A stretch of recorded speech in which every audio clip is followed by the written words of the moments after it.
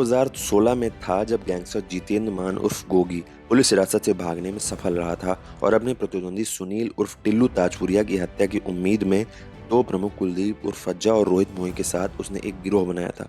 लेकिन सत्ता का संतुलन उसके खिलाफ तब बदल गया जब तीनों को गुड़गांव के एक फ्लैट से गिरफ्तार कर लिया गया, जबकि टिल्लू ने अन्य प्रमुख गैंगस्टरों नीरज बवाना, नवीन बाली, सुनील लाठी और चीनू के साथ हाथ मिला लिया।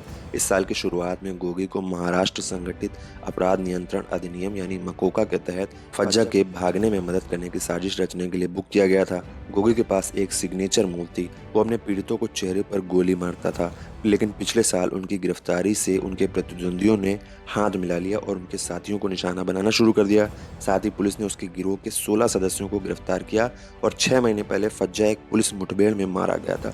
लगभग 4 महीने पहले गोगी को एकांत कारावास में स्थानांतरित कर दिया गया था और उनके सहयोगियों से उसका संपर्क टूट गया था। अधिकारी ने कहा कि उसके प्रतिद्वंदी उसे मारने के लिए एक अवसर की तलाश में थे और उन्हें एक मौका मिला जब उन्हें पता चला कि उसे और टिल्लू के सहयोगी सुनील मान को उसी मामले में दिल्ली की एक अदालत के सामने पेश होना है। टिल्लू के दो सहयोगियों राहुल त्यागी और जगदीप जग्गा को हत्या को अंजाम देने के लिए कहा गया था।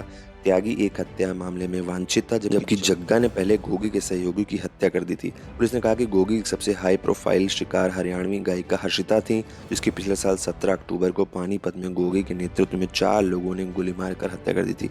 उन्होंने उसकी पत्नी की हत्या के आरोप में हरियाणा के झज्जर जेल में बंद उसके बहनोई कराला के कहने पर उसके सीने में 7 गोलियां मारी थी। हर्षिता कराला के खिलाफ अपना बयान नहीं बदल रही थी और पुलिस ने कहा कि गोगी ने जेल में उससे दोस्ती कर ली और उसे एक एहसान के रूप में मार डाला।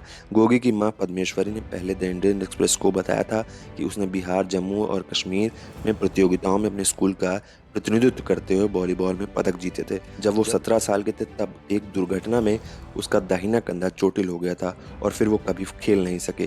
पुलिस ने कहा कि गोगी और टिल्लू की प्रतिद्वंदिता कॉलेज की वर्चस्व को लेकर शुरू हुई थी, लेकिन इसका एक और एंगल था। टिल्लू का करीबी दीपक गोगी के चचेरे भाई का पीछा कर रहा था। एक पुलिस अधिकारी ने कहा कि वो गोगी को ये कहकर चढ़ाता था कि वो परिवार का दामाद बन जाएगा।